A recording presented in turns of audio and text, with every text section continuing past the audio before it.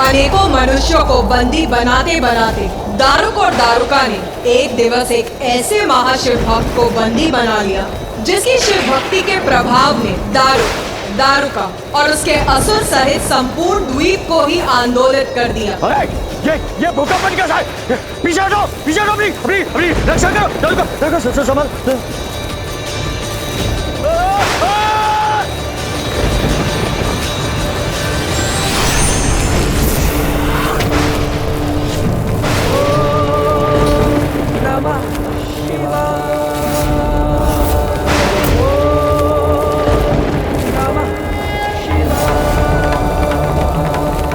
महादेव,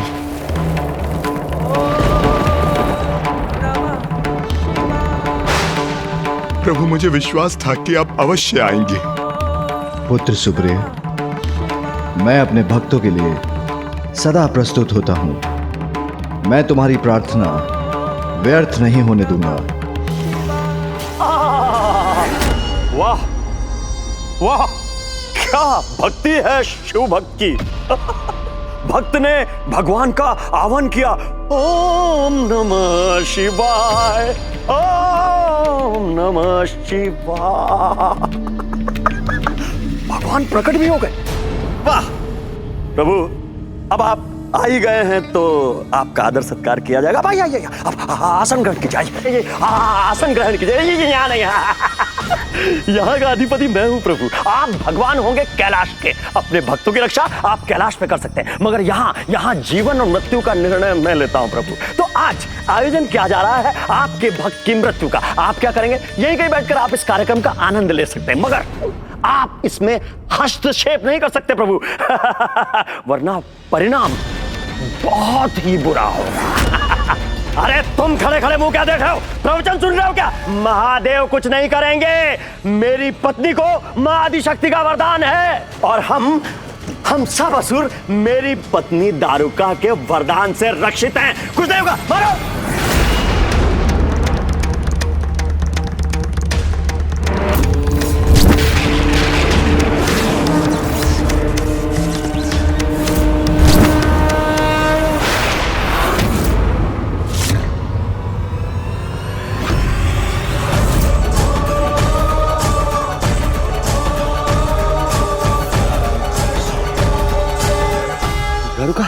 दारुका, ये मेरे असुर भस्म कैसे हो गए? दारुका, ये क्या हो गया? दारुका, देखो।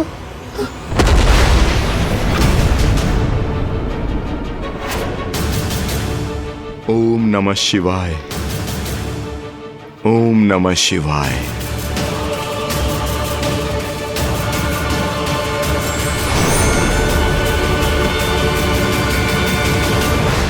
हर हर महादेव, हर हर हर महादेव, हर हर हर महादेव, हर हर हर महादेव।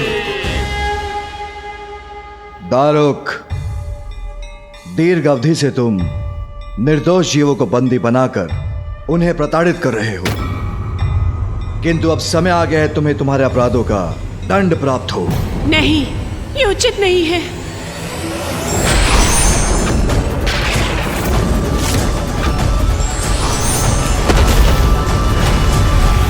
इस प्रकार तो महादेव हम सभी असुरों का वध कर देंगे। अब तुम्हारी बारी है दारुक। जब तक तुम जीवित रहोगे, निर्दोष निर्बल असहाय लोगों को कष्ट ही दोगे, जो अब मैं और होने नहीं दूंगा।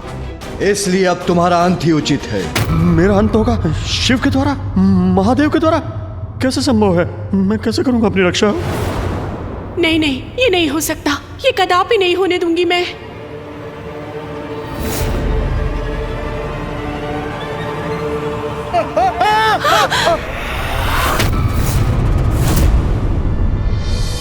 एक स्त्री पर अपने अस्त्र का प्रयोग नहीं कर सकता मैं।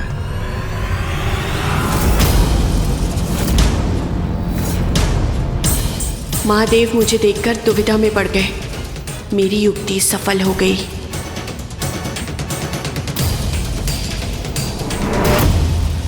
महादेव, आप मेरे स्वामी का अंत करना चाहते हैं ना?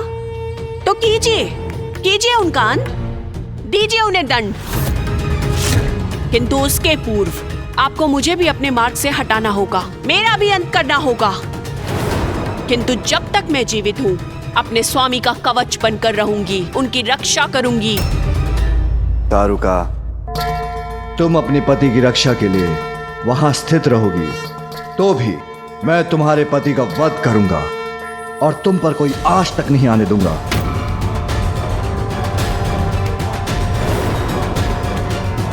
नहीं, ऐसा कदापि नहीं करेंगे आप महादेव।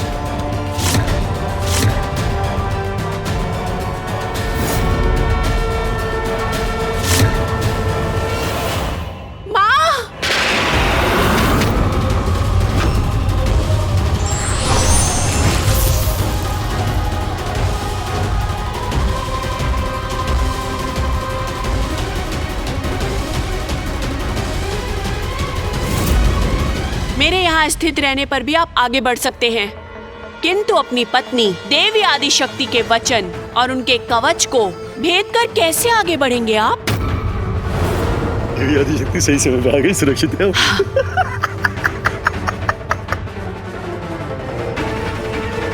चलो अच्छा हुआ, देवी आदिशक्ति समय रहते आ तो गई, अब कुछ नहीं हो सकता मुझे, सुरक्षित हूं मैं।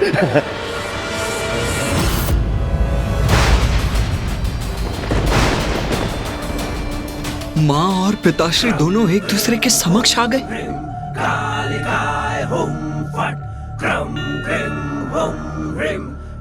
माता, दारुका ने तो आपकी आदिशक्ति के रूप को ही ढाल बना लिया, वो भी पिताश्री महादेव के विरुद्ध।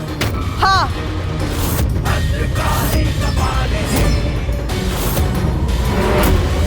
मैं अत्यंत दुखी थी उस दिवस। मेरी ही शक्ति मेरे ही स्वामी महादेव को रोकने में बाधा बन रही थी, अति हो रही थी ये। किंतु मैं भक्त को दिए गए वरदान के कारण विवश हो रही थी।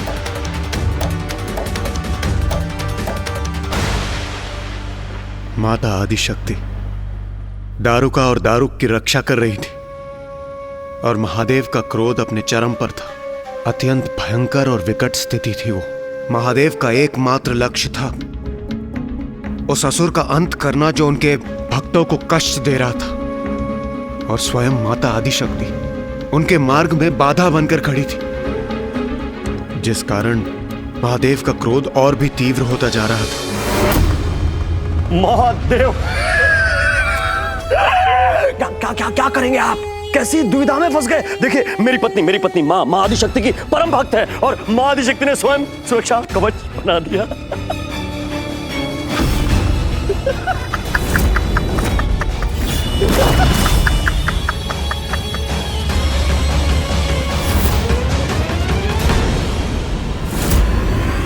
नहीं स्वामी,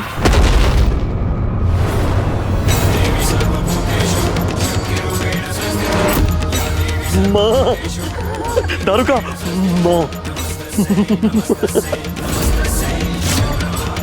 अपना अस्त्र मत चलाइए, अन्यथा अनर्थ हो जाएगा।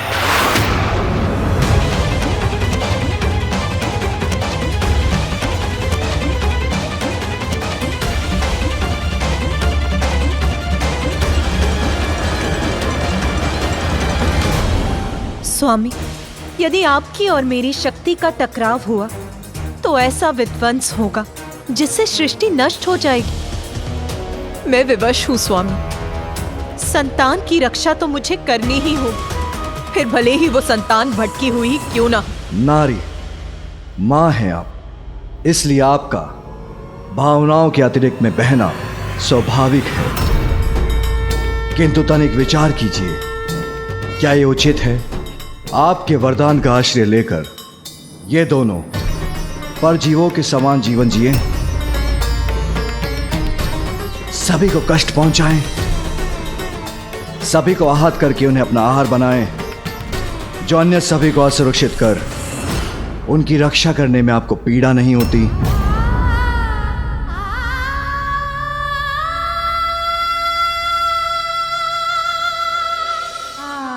स्वामी, असुरों का तो ये स्वभाव है, उनसे और क्या अपेक्षा करते हैं आप? उनके आराध्य को कितनी भी पीड़ा पहुंचे, फिर भी वो वही करते हैं जो उनकी इच्छा होती है।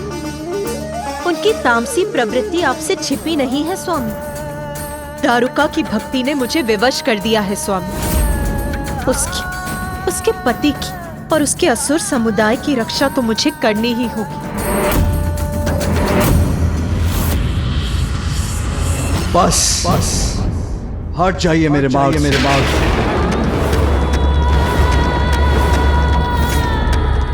नहीं, कदापि नहीं स्वामी। मैंने कहा ना आपसे, हट जाइए। मैं ऐसा नहीं कर सकती स्वामी। वचन की मर्यादा रखना तो मैंने आप ही से सीखा है। कुछ भी क्यों ना हो स्वामी, भगवान के द्वारा अपने भक्त को दिया गया वचन भंग नहीं हो सकता, अन्यथा भक्त का अपने भगवान से विश्वास ही उठ जाएगा। और यदि ऐसा हुआ तो संसार से भगवान का अस्तित्व ही मिट जाएगा। मुझे पाठ सिखाने का प्रयत्न मत कीजिए। मैं आपसे कह रहा हूं देवी, हट जाइए मेरे मार्ग से। नहीं स्वामी, मैंने दारुका को उसकी रक्षा करने का वचन दिया है, तो क्या भगवान का उसके भक्त की रक्षा करना अनुचित है? तो क्या अपने पति का विरोध करना अनुचित नहीं? अपने भक्त के उदाहरण से सीखिए। आप देखिए किस प्रकार अपनी निष्ठा से अपने पति की रक्षा कर रही है वो। स्वामी, आपके प्रति मेरा स्नेह, निष्ठा और समर्पण से आप भली भांति परिचित हैं। दोष मेरा नहीं, इस परिस्थिति का है। आप तो सदा अपने कर्तव्य के प्रति अडिग रहते हैं। क्या चाहते हैं आप? मैं अपने दायित्व को निभाने में असफल हो जाऊं? स्वामी, सत्य तो यह है कि हम दोनों एक ही, हमारे रूप ही भिन्न है। इसीलिए आप अन्यथा ना समझिए। मैं यहाँ अपने भक्त की रक्षा करने आई हूं। और मैं अपने भक्त की रक्षा की किंतु यदि मैंने इस असुर को जीवित छोड़ा तो ये पुनः दुराचार में लिप्त होगा।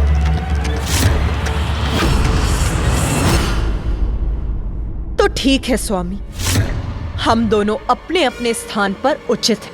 आप अपना धर्म निभाइए और मैं अपने दिए हुए वचन को निभाती हूँ।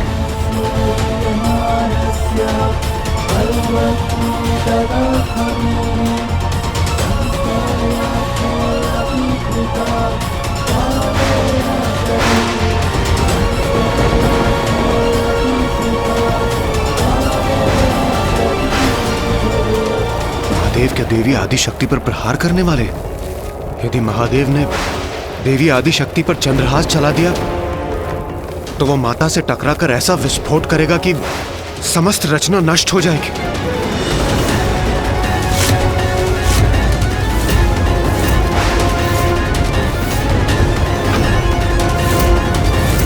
माता और महादेव के मध्य का ये टकराव सृष्टि के लिए संकट उत्पन्न कर रहा है। इस स्थिति में हम हस्तक्षेप करें भी तो कैसे? महादेव और माता ही शांत होकर इस संकट को दूर कर सकते हैं।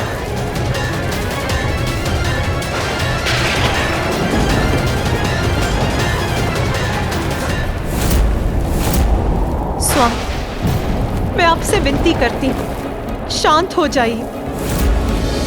यदि आपने इनका वध किया तो मैं अपने कर्तव्य वहन में असफल हो जाऊंगी। इसीलिए शांत होकर इस परिस्थिति का कोई समाधान सोचिए स्वामी, क्योंकि ऐसा तो आप ही कर सकते हैं, क्योंकि देवाधिदेव महादेव हैं आप, और उससे भी अधिक मेरे स्वामी हैं आप।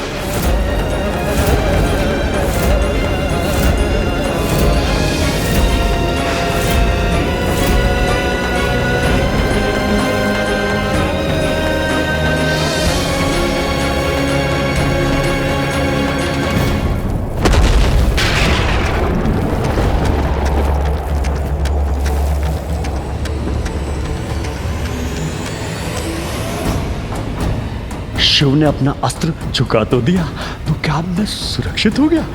अच्छा। तो माता शांत हो गए थे ना पिताश्री?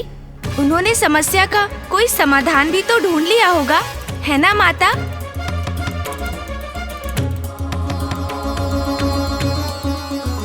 मेरी उत्सुकता तो ये है कि पिताश्री ने ऐसा क्या समाधान ढूंढ लिया।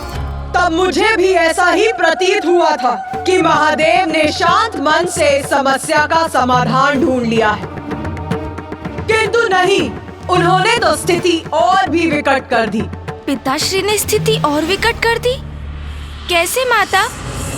किंतु पिताश्री ने तो अपना अस्त्र हटा लिया था और एक नया अस्त्र छोड़ दिया, शब्दों का।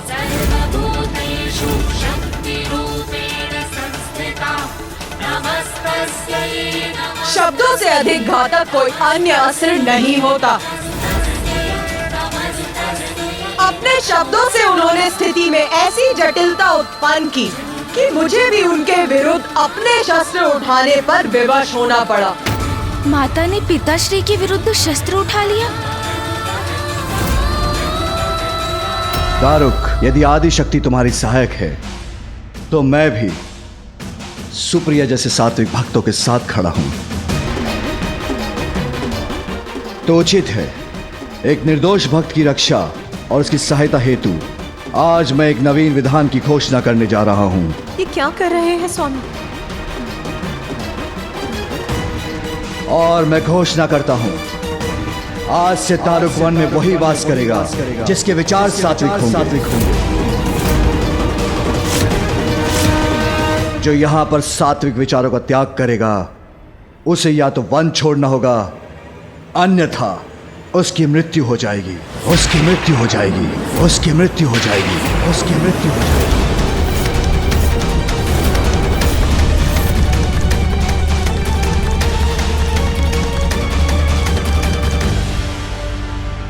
नहीं, ये उचित नहीं है।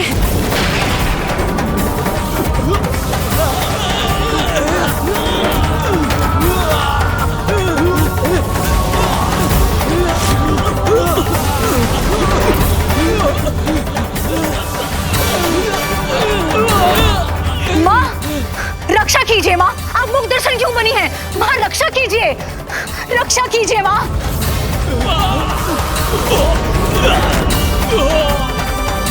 अपनी शक्ति दिखाइए, रक्षा कीजिए माँ।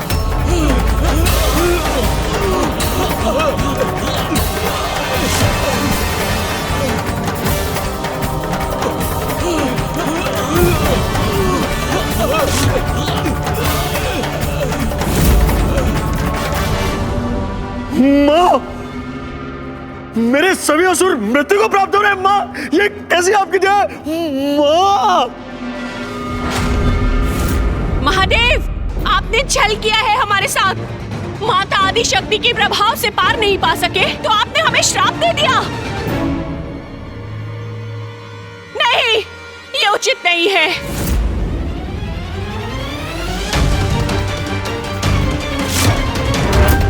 माँ, रक्षा कीजिए माँ, आपने वचन दिया था माँ। मुझे अपने वरदान की मर्यादा का मान रखने के लिए कुछ करना ही होगा। स्वामी, स्वामी,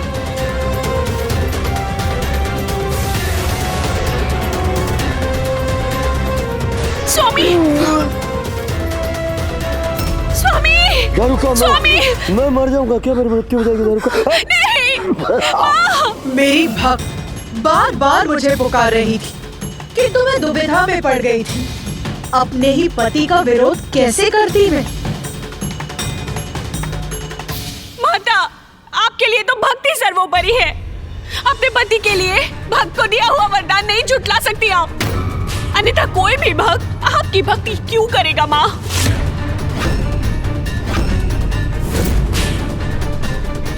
माता, मेरी गुहार सुनिए माता, हमारी रक्षा कीजिए माता।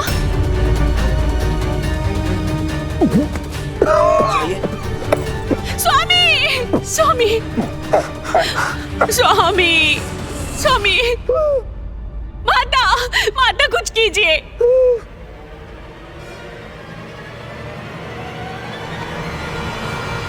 महादेव,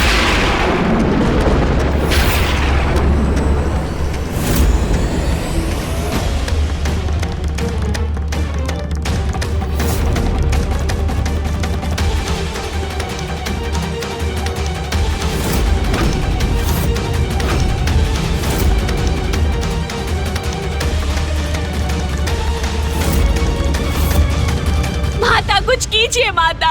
अब यहाँ से हम असुर कहाँ जाएंगे माता? अब यहाँ से हम बाहर निकलेंगे तो देवता हमारा वध कर देंगे और यहाँ हम महादेव के श्राप के कारण नहीं रह सकते माता।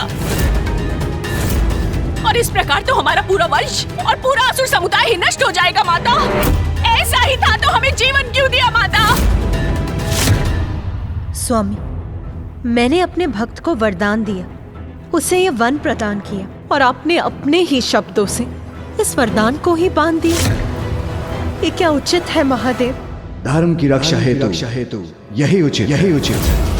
तो वही धर्म मुझे भी अपना वचन रखने के लिए प्रेरित करता है।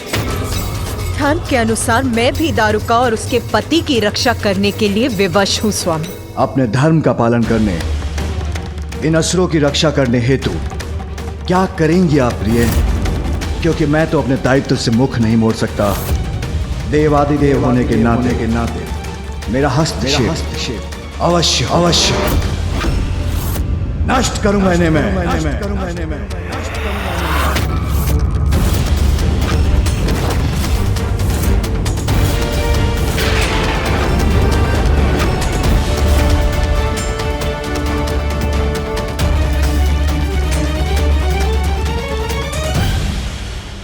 मैं ये वचन देती हूँ,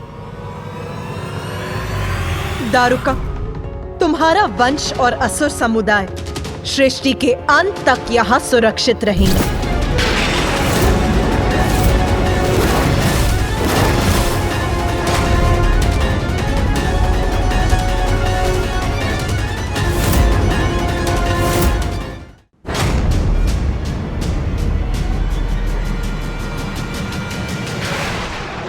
ऐसा वचन कैसे दे सकती हैं आप देवी? ये कैसे संभव है जो मैं कह चुका हूं कि मात्र सात्विक और शिव भक्त यहां विचरण करेंगे।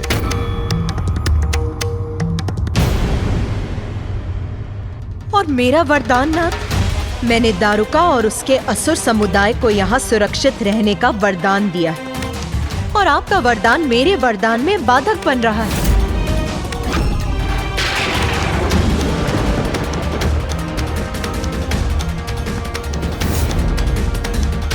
यही आपका मत है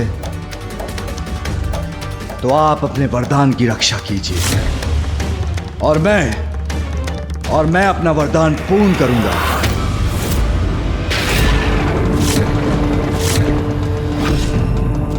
स्वामी, तो क्या आपकी इच्छा है कि मेरा और आपका टकराव? नहीं, मैं मात्र अपने वरदान की रक्षा करना चाहता हूं, जिसके लिए मुझे कोई भी संघर्ष स्वीकार है।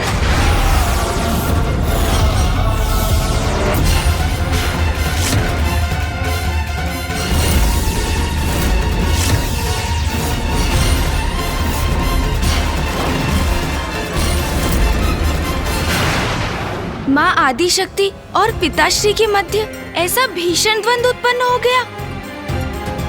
इस द्वंद्व का अर्थ क्या सृष्टि का सर्वनाश था माता?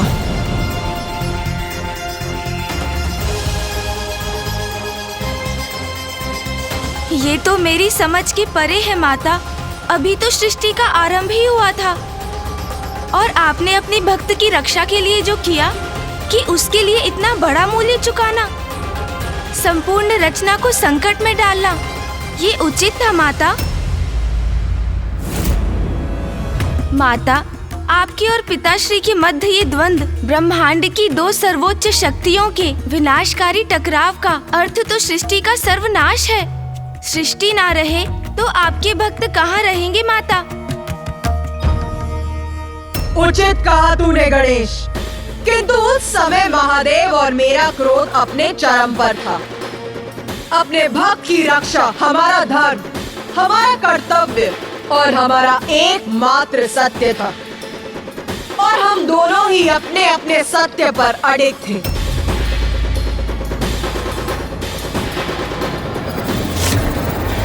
क्या हुआ देवी? जब आपने निर्णय ले ही लिया, आपका भक्त मुझसे ज्यादा महत्व रखता है, जिसके लिए आप मुझसे युद्ध करने के लिए तत्पर हैं, तो अब इतना विचार क्यों? मुझ पे प्रहार कीजिए। अपने निर्णय पर तो आप अटल रहे हैं स्वामी, निरंतर मेरी विनती अनसुनी कर इस द्वंद का आरंभ तो आप ही ने किया है स्वामी। जब अपने कथन से मेरी भक्त को उसके अधिकार से वंचित कर आपने ये भी स्पष्ट कर दिया कि आपके लिए मेरे वरदान का कोई मूल्य नहीं। मुझे मेरे भक्त को दिए गए वरदान की मर्यादा की रक्षा के लिए इस संघर्ष के सिवाय कोई उपाय छोड़ा ही कहाँ है आपने स्वामी।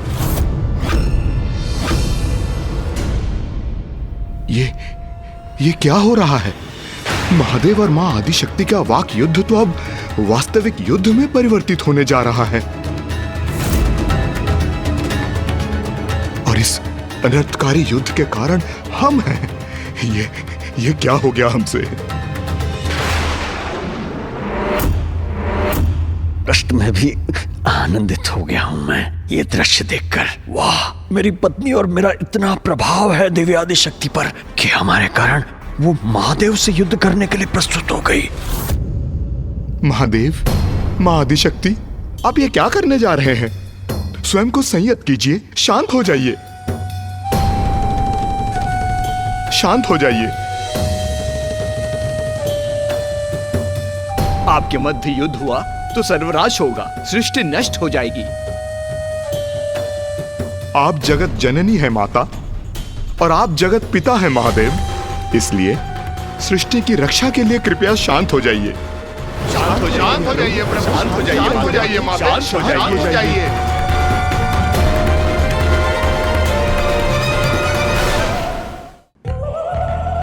वहां उपस्थित सभी मनुष्य अपने कष्ट भूलकर हमसे गुहार लगा रहे थे, मुझसे और महादेव से विनती कर रहे थे और मैं उनकी गुहार सुनकर असमंजस में डूबती जा रही थी। एक और तो मैं एक स्त्री थी, एक पत्नी थी जो अपने पति के विरुद्ध जाने के लिए विवश हो रही थी, किंतु दूसरी ही ओर मैं अपने भक्तों के लिए माँ भी थी और जगत जननी होने के कारण जगत का विनाश होते हुए नहीं देख सकती थी। इन सभी दायित्वों का अंतर्बोध मुझे व्याकुल कर रहा था।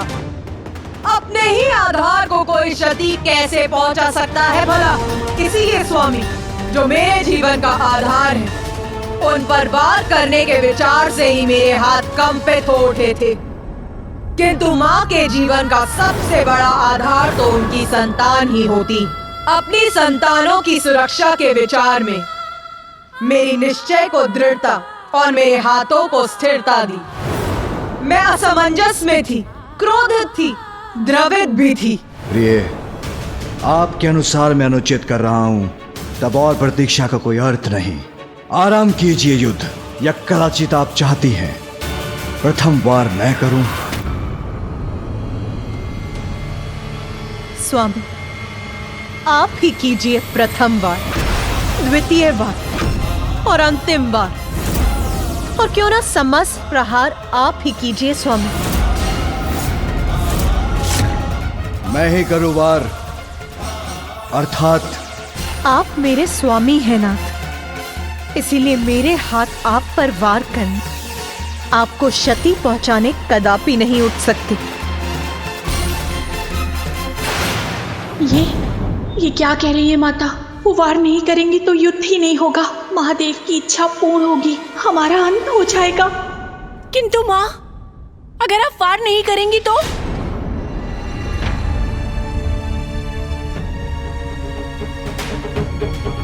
मैं आप पर वार नहीं करूंगी स्वामी, किंतु इसका अर्थ ये नहीं कि मैं अपने भक्तों की रक्षा भी नहीं करूंगी।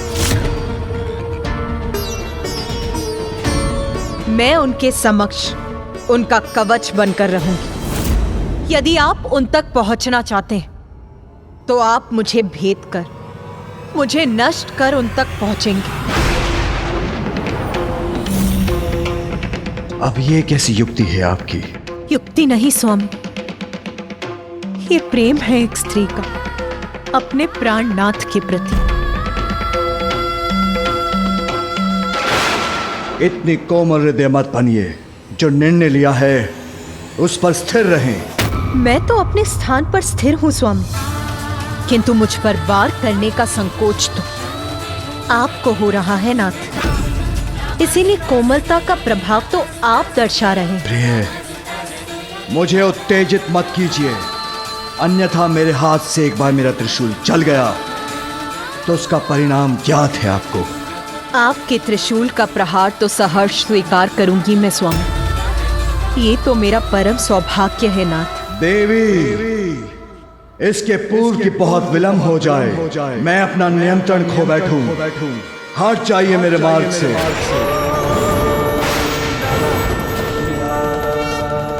स्वामी, स्वामी।